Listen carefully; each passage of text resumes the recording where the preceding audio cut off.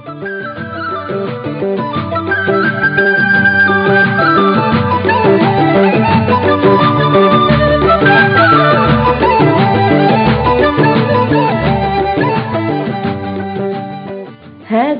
إذاعة الوفاق، صوت الجماهير الإريترية. إذاعة الوفاق الوطني تابعة للجماهير الإريترية، وتبث برامجها من المهجر بواسطة الأقمار الاصطناعية كل يوم سبت من 8:00 صباحا إلى 9:00 صباحا بتوقيت أسمرة، إلى كافة الربوع الإريترية والمناطق المجاورة. من أهداف إذاعة الوفاق تحكيم الدستور واستتباب العدل، تحقيق المساواة لدى كافة أبناء الوطن، والعيش في ظل الاحترام المتبادل، كما تهدف إلى العمل على إسقاط النظام الهقدف الجائر وإنشاء كيان يسوده العدل والإنصاف، وتهدف أيضا إلى تمكين الشعب من امتلاك واستغلال الموارد الطبيعية لبلده، والعيش للشعب الإريتري بالمساواة والسلام والوئام والاحترام المتبادل، وإبعاد نظام هقدف من السلطة، وإحقاق العدل، وتشجيع شعبنا في الداخل والخارج لمواكبة قضايا البلد مجتمعين. إذاعة الوفاق تبث برامجها ونشراتها الموجهة إلى جماهيرنا بكل مصداقية وأمانة إلى داخل إريتريا والمناطق المتاخمة.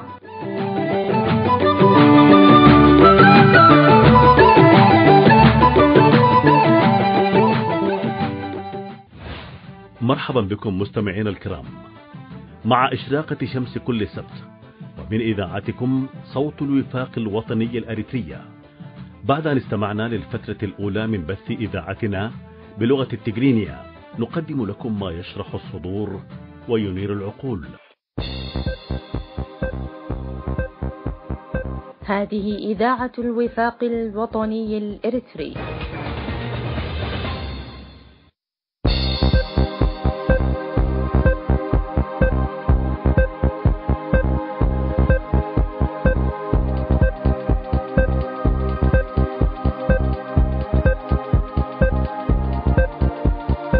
تحية طيبة لكم متابعي إذاعة الوفاق الإريترية.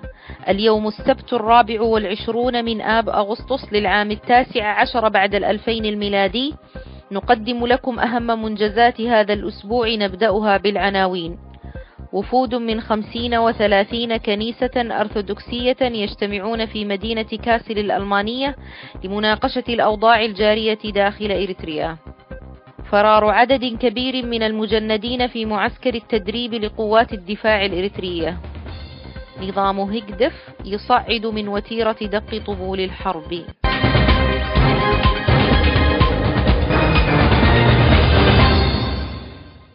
كانت تلكم عناوين الأخبار، وإليكموها مفصلة من إذاعة الوفاق الوطني الإريترية. أجرى وفود من 35 كنيسة من أتباع الديانة الأرثوذكسية اجتماعات تشاورية الأسبوع الماضي في مدينة كاسل الألمانية، وذلك للوقوف ومتابعة التطورات الأخيرة داخل إريتريا. الوفود المجتمعون حضروا من 8 دول هي أستراليا وإسرائيل وألمانيا وهولندا والسويد والنرويج وبلجيكا وبريطانيا. وقد استمرت الاجتماعات والمناقشات ليوم كامل على شكل حلق وورش مصغرة، وأكدوا أن كل المشاكل التي تواجه الكنيسة هو من تدخلات الدولة في الشؤون الدينية. وفي الختام أصدروا بيانا مشتركا أعلنوا فيه بأن البطريرك الشرعي والوحيد للكنيسة الأرثوذكسية هو البابا أنطونيوس البطريرك الثالث، وأصروا على وجوب عودته للكرسي البابوي ولا يقبلون بإحلال محله شخصا آخر. وأنهم لن يقوموا باختيار بطريرك بديلا للقديس البابا أنطونيوس. تشير الأخبار التي وردت من داخل إريتريا أن عددا كبيرا من المجندين قد هربوا من وحداتهم في معسكر أفعبت للتدريب. من الأسباب التي دعت المجندين للمخاطرة بالفرار هي الخدمة الوطنية الأبدية دون بريق أمل يلوح في الأفق لتسريحهم ودمجهم في الحياة الطبيعية، حتى بعد توقيع معاهدة السلام وحسن الجوار بين إريتريا وأثيوبيا منذ أكثر من عام. وأصبحت الحياة داخل المعسكرات لا تطاق. أما الذين يقعون في أيدي النظام أثناء محاولة الهروب فيتم معاقبتهم عقابا شديدا بالسجن والضرب والتعذيب الجسدي والنفسي حسب ما وصلنا من الأخبار. تفيد الأخبار التي وصلتنا من داخل إريتريا بأن نظام هيجدف بدأ بدق طبول الحرب عند أوساط الشعب بواسطة كوادره المدربين، فقد بدأوا هؤلاء الكوادر عقد اجتماعات جماهيرية معلنين أنهم لن يظلوا ساكتين حتى يسترجعوا أراضي إريتريا. وقد عرف من نظام هيجدف أن حالة الحرب هي المحببة لديه، وهي الحالة الوحيدة التي يختبئ من وراءها لإطالة أمد حكمه. وبهذا يشير المراقبون والمحللون السياسيون أنه حان الوقت على الشعب الإريتري أن يأخذ بزمام الأمر بنفسه، آخذا الدروس من الخسائر والمظالم التي لحقت به من الحروب السابقة، وتنظيم نفسه على العمل لإزالة النظام وتقطيع أواصله إربا إربا. مستمعين الكرام، إلى هنا وينتهي نشرة حصاد هذا الأسبوع، قدمناها لكم من إذاعة سنيت صوت الوفاق الوطني الإريترية. نترككم الآن مع باقي برامجنا لهذا الأسبوع.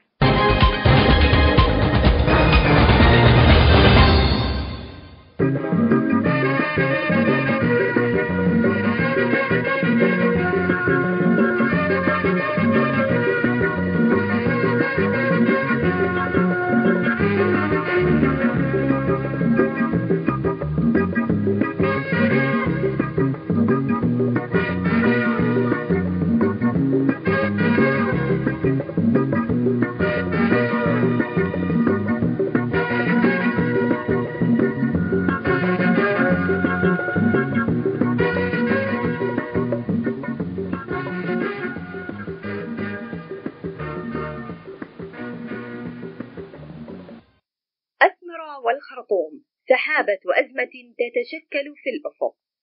كان من اللافت في احتفال السودان بالتوقيع على الاتفاق السياسي والدستوري بين المجلس العسكري الانتقالي وقوة إعلان الحرية والتغيير غياب الرئيس الإريتري السياس أفورقي عن الحفل، وأثار غيابه علامات استفهام كبيرة رغم الحضور الإفريقي الذي تقدمه أبي أحمد رئيس الوزراء الإثيوبي، وموسى فكي رئيس مفوضية الاتحاد الإفريقي، وفاستين أركانغ رئيس جمهورية أفريقيا الوسطى، وسيلفا كير رئيس جنوب السودان، وإدريس ديبي رئيس تشاد. في 2 من يوليو تموز الماضي زار الفريق أول محمد حمدان حميدتي أسمرة والتقى بالرئيس الإريتري. حسب مصادر لموقع الجزيرة مباشر فإن المقابلة بحثت احتجاجات إريترية على مشروع لتجنيد قبائل سودانية وحدودية مشتركة مع إريتريا في قوات الدعم السريع، وهو ما اعتبرته أسمرة سلوك غير مريح، وهو ما استدعى لاحقا دعوة السلطات الإريترية لعدد من الزعماء العشائريين وقيادات القبائل لزيارة أسمرة للقاء بعض القيادات الأمنية والسياسية. يقول عادل عافا الصحفي الإريتري المقيم بالخرطوم لموقع الجزيرة مباشر إن سحابة خلاف سوداني إريتري تتشكل في الأفق لأسباب يرجح أنها تتعلق بانعكاس لخلافات إريترية أثيوبية على المشهد السوداني.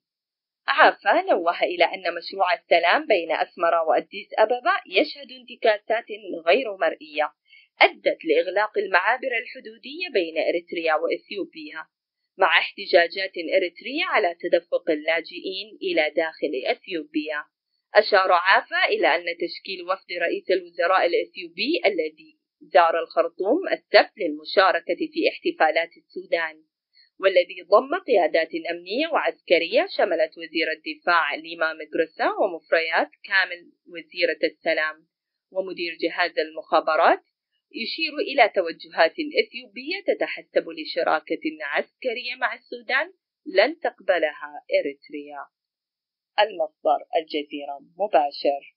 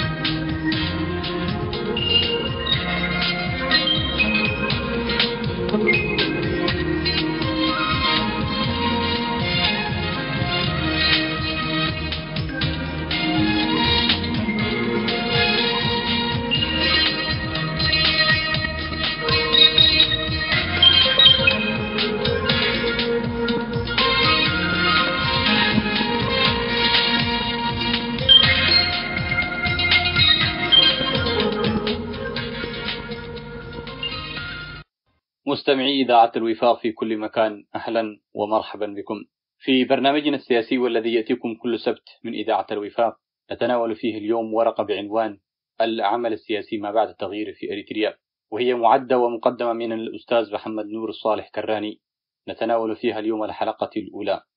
سوف تركز هذه الورقة على سيناريوهات التغيير المتوقعة والتعقيدات والأزمات والمطالب التي تصاحب كل سيناريو من السيناريوهات، ودور العمل السياسي على ضوء ذلك. وسوف أتناول فيها على 5 محاور رئيسية، وما ينبغي أن يؤسس عليها من رؤى وأفكار وخطط تبنى عليها أعمال ونتائج ملموسة، حتى تكون مراحل هذه التغيير آمنة وتحقق الأهداف المرجوة، وتمكننا من الانطلاق نحو عمل سياسي يؤسس لنظام حكم راشد ودولة مدنية، دولة المواطنة والمؤسسات الديمقراطية. المحور الأول: هدف التغيير، الحلم الإريتري، الفكرة والرؤية الاستراتيجية. المحور الثاني: إشكالية النظرة الكلية للمكونات والهويات الإريترية بين التعدد والوحدة وانعكاساتها على العمل السياسي. المحور الثالث: ماذا نريد أن نغير وما هي آلية التغيير المنشود. المحور الرابع: العمل السياسي وسيناريوهات التغيير. المحور الخامس: المقترحات العملية والاستعداد الجمعي للاستفادة من الفرص وتجنب المخاطر. ماذا نعني بالعمل السياسي؟ نعني به فن إدارة الدولة ومزاولة السلطة وكل عمل يحقق الصالح العام، وجميع العلاقات الاجتماعية التي تشمل التحكم والسلطة، وتوزيع موازين القوى فيها بين الكيانات والهيئات المختلفة في الدولة، كتلك العلاقة التي بين الحاكم والمحكوم، وعلاقات الأحزاب أو الدول. وإن مجال التعامل مع السياسة هو معظم شؤون الحياة العامة التي تخص المواطن، بدءا من الدولة والمدينة والحي والمدرسة والعمل، وحتى الطرقات والقوانين المرتبطة بها إلى آخر. فالمواطن يجد نفسه مشاركا في السياسة ومتأثرا بها بطريقة وفي لحظة ما وبأشكال مختلفة وأجيال متعاقبة، ولا يمكن تجنبها، إذ إنه بالضرورة لا يمكنه تجنب النتائج المتولدة عنها، فهي تؤثر فيه وتتأثر به حاضرا ومستقبلا. وغني عن القول بأن هذا العمل السياسي سوف يمارس بالضرورة في إطار النظام السياسي، والنظام السياسي يعرفه أحد الباحثين بأنه أي نمط مستمر للعلاقات الإنسانية التي تتضمن التحكم والنفوذ والقوة أو السلطة بدرجة عالية. فالعمل السياسي ليس فن الخداع أو النفاق أو رجس من عمل الشيطان، كما هو مشاع بين العامة في مجتمعات العالم الثالث، ومن بينها مجتمعنا الأريتري، نتيجة للممارسات السالبة للعمل السياسي في بعض مظاهره في الحاضر والماضي. لذا نجد عزوفا عاما من العمل السياسي وسط الجماهير وبالذات شريحة الشباب الإريتري في المهجر، نتيجة هذه المفاهيم الخاطئة والتي تتماشى مع مقولات كل من جورج أورويل، حيث يقول: السياسيون في العالم كالقرود في الغابة، إذا تشاجروا أفسدوا الزرع، وإذا تصالحوا أكلوا المحصول. أما نيكيتا خروتشوف فيقول: السياسيون كلهم متشابهون، فهم يوعدونك ببناء جسر حيث لا يوجد أصل النهر، أو كما يقال بأن السياسي كتمساح له أذنين صغيرتين وفم كبير، بمعنى يستمع قليلا ويتحدث كثيرا، وفي بعض الأحيان يلتهم الكثير. أولا، إن أول متطلبات التغيير هو تغيير هذه المفاهيم الخاطئة والسالبة حول ممارسة العمل السياسي والتفاعل معه، والتقليل من أهميته عبر نشر الوعي بأهمية وخطورة العمل السياسي وتأثيره على حاضر ومستقبل المواطن والوطن وتشكيل الوطن وبناء أجيال المستقبل. بل تتمثل خطورة العمل السياسي في إمكانية تزوير حقائق التاريخ ومحو الذاكرة الجمعية وتهديد كيانات ومرتكزات الوطن بما يمتلكه من الآليات والإمكانات والسلطة والنفوذ، والواقع الإريتري الحالي ليس عنا ببعيد. ثانيا، إيجاد ممارسة سياسية تتسم بروح المسؤولية وتسعى لتحقيق الصالح العام وإبراز نماذج ورموز في هذا الإطار. ثالثا، إخضاع كل من يتولى مسؤولية عامة ويمارس العمل السياسي لقانون النقد والمسالة، وإن المسؤوليات والصلاحيات يجب أن تكون واضحة ومحددة، فإن مصطلح عفى الله عما سلف جعلت من مجتمعنا الإريتري حقل تجارب للأفكار والممارسات الخاطئة التي تتكرر بنفس الكيفية بل أحيانا من نفس الأفراد، مما يشيع روح اليأس والتقاعس. فإن المجتمعات القوية المسؤولة تختبر الأفكار وتعمل على تمحيصها في الواقع قبل تبنيها، وهنا يأتي دور الفئة المدركة. هل أخضعنا أحدا لقانون المساءلة حتى أدبيا باعتبار أننا لا نمتلك الأدوات القانونية أو حق المحاكمة؟ هل أخضعنا الأفكار والأعمال التي أوصلتنا إلى هذه المرحلة من التيه وقمنا بتحديدها ثم التصدي لها حتى لا يتكرر الفشل ولا تنتقل العدوى لأجيال المستقبل؟ تساؤلات تتطلب الإجابة عليها بأفكار ومقترحات عملية تؤسس لعقل جمعي له مناعة وحصانة ذاتية. المحور الأول: هدف التغيير، الحلم الإريتري، الفكرة والرؤية الاستراتيجية.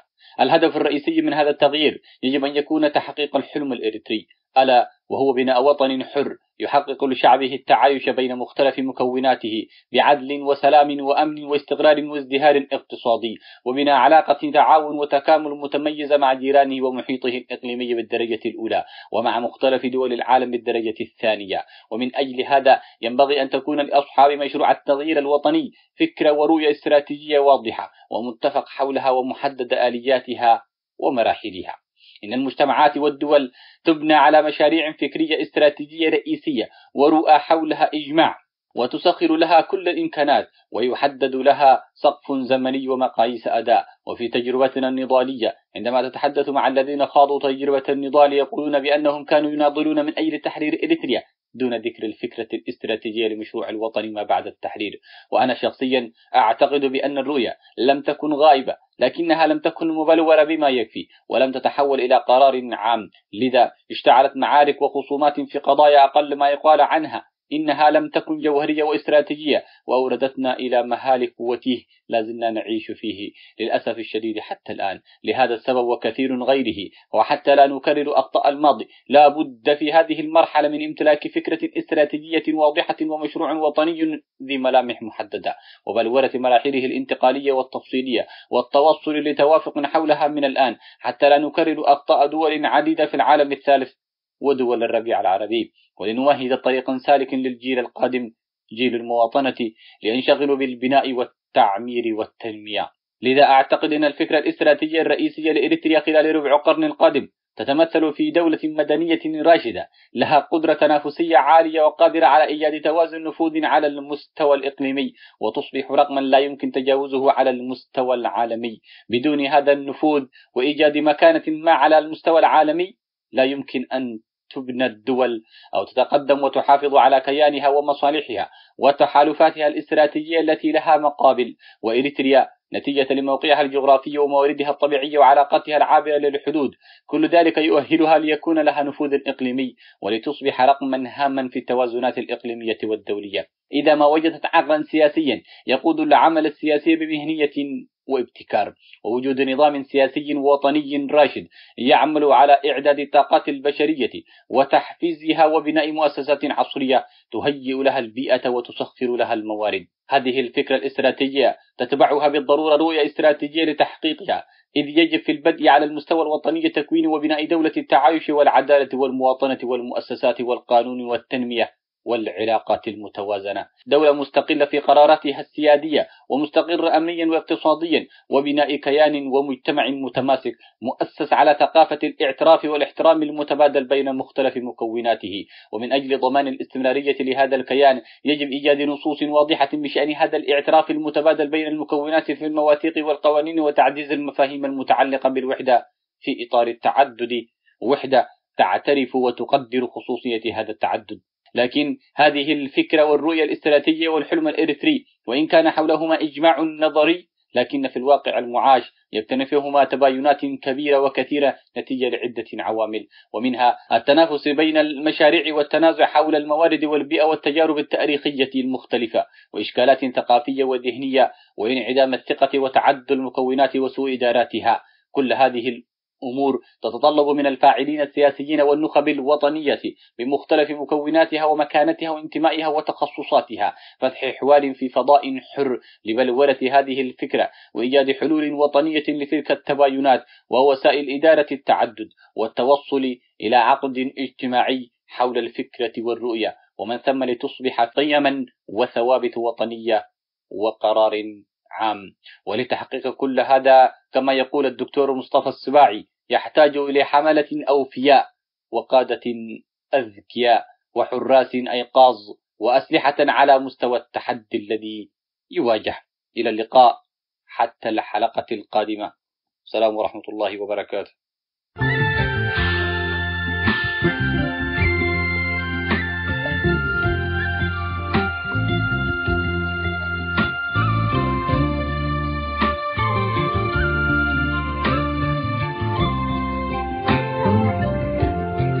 بسم الله الرحمن الرحيم. قال تعالى: وتحسبونه هينا وهو عند الله عظيم. لقد ابتلى الله بلادنا بزمرة متسلطة تحكمت في مصيره وأحكمت قبضتها على شعبنا وفرضت سطوتها عليه بقوة الحديد والنار، حتى أحالت إريتريا الوطن إلى معتقل تفتقد فيه أدنى مقومات الحرية، فالأمن مفقود والحقوق مسلوبة والكرامة مهدرة والحريات مصادرة والأعراض منتهكة والدين مضطهد والتنمية معطلة، وبذلك أضحى النظام سجانا مستبدا يستمتع بأنين ضحاياه وجلادا ساديا يتلذذ بتعذيب شعبه.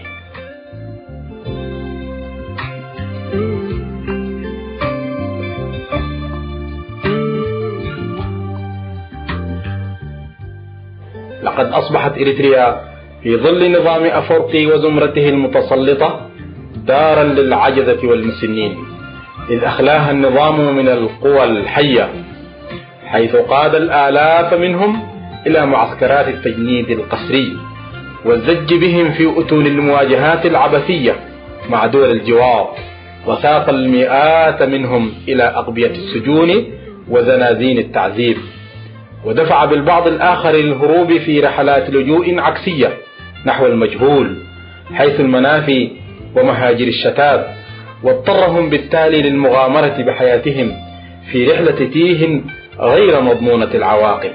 إن أبرز ما يميز إنجازات النظام في إريتريا السجون، إذ لا يخلو منها حي أو ناحية، فالسجون في المدن والقرى، في السهول والجبال، تحت الأرض وسطحها، في الجزر وحاويات النقل المعدنية.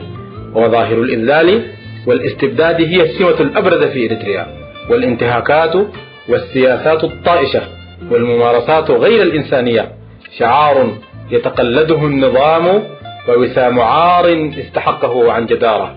يا ظلام السجن خيم، إننا نهوى الظلام، ليس بعد الليل إلا فجر مجد يتسامى. أيها الحراس رفقا واسمعوا منا الكلام، متعونا بهواء منعه كان حراما. يا رين القيد زدني نغمة تشجي فؤادي، إن في صوتك معنى للأسى والاضطهاد.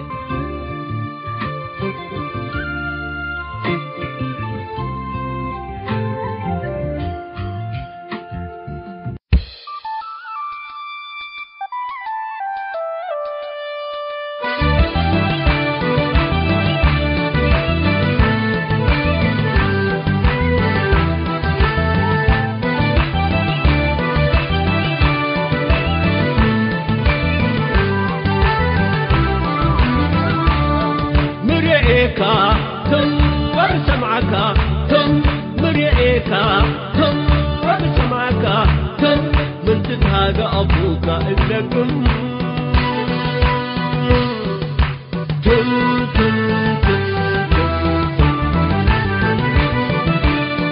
زمن أكوي علينا وفتح أنا بوحكم وعبايد اللي يهو إيتت أزم وعبايد اللي يهو إيتت أزم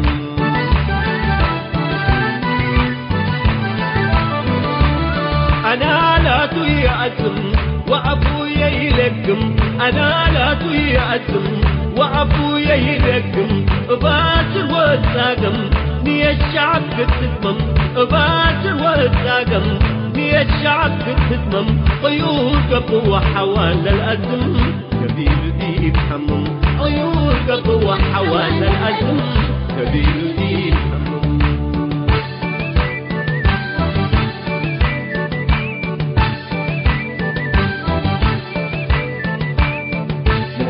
الحرب كفينا كفينا ينقب تجارب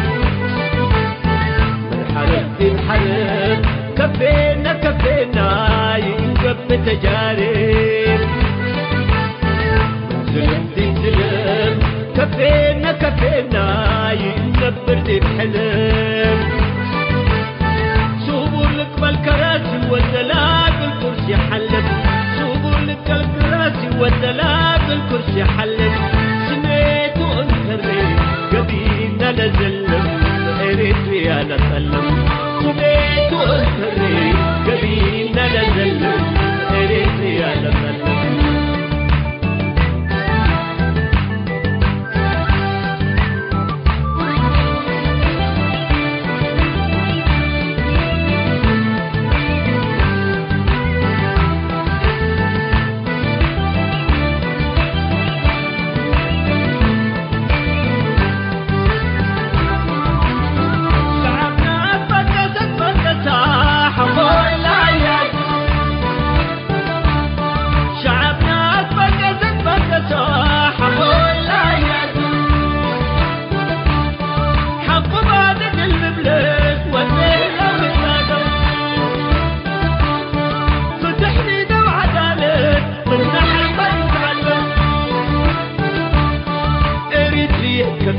كفينا كفاءة حديد النم إريتريا كفينا كفاءة حديد النم مرئيكا تنور سمعك تن مرئيكا تنور سمعك تن من تتهاج أبوك إنكم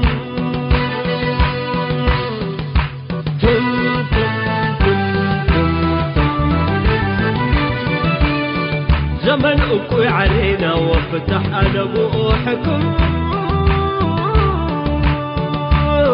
وعبايد اللي يهو إيتت أزم وعبايد اللي يهو إيتت أزم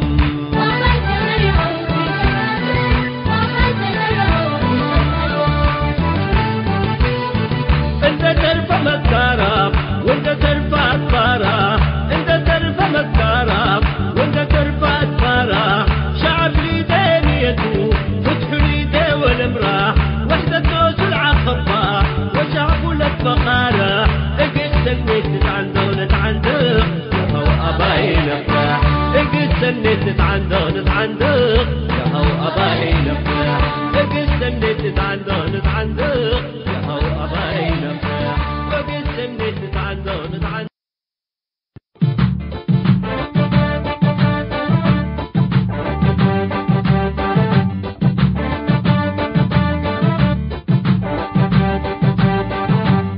هنا إذاعة صوت الوفاق الوطني الإريتري.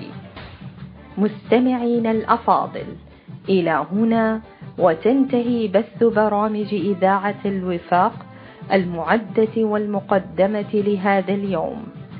باسمي ونيابة عن أسرة المحطة أشكر حسن متابعتكم على أمل اللقاء بكم يوم السبت القادم إن شاء الله تعالى، ودمتم في رعاية الله وحفظه. هذه إذاعة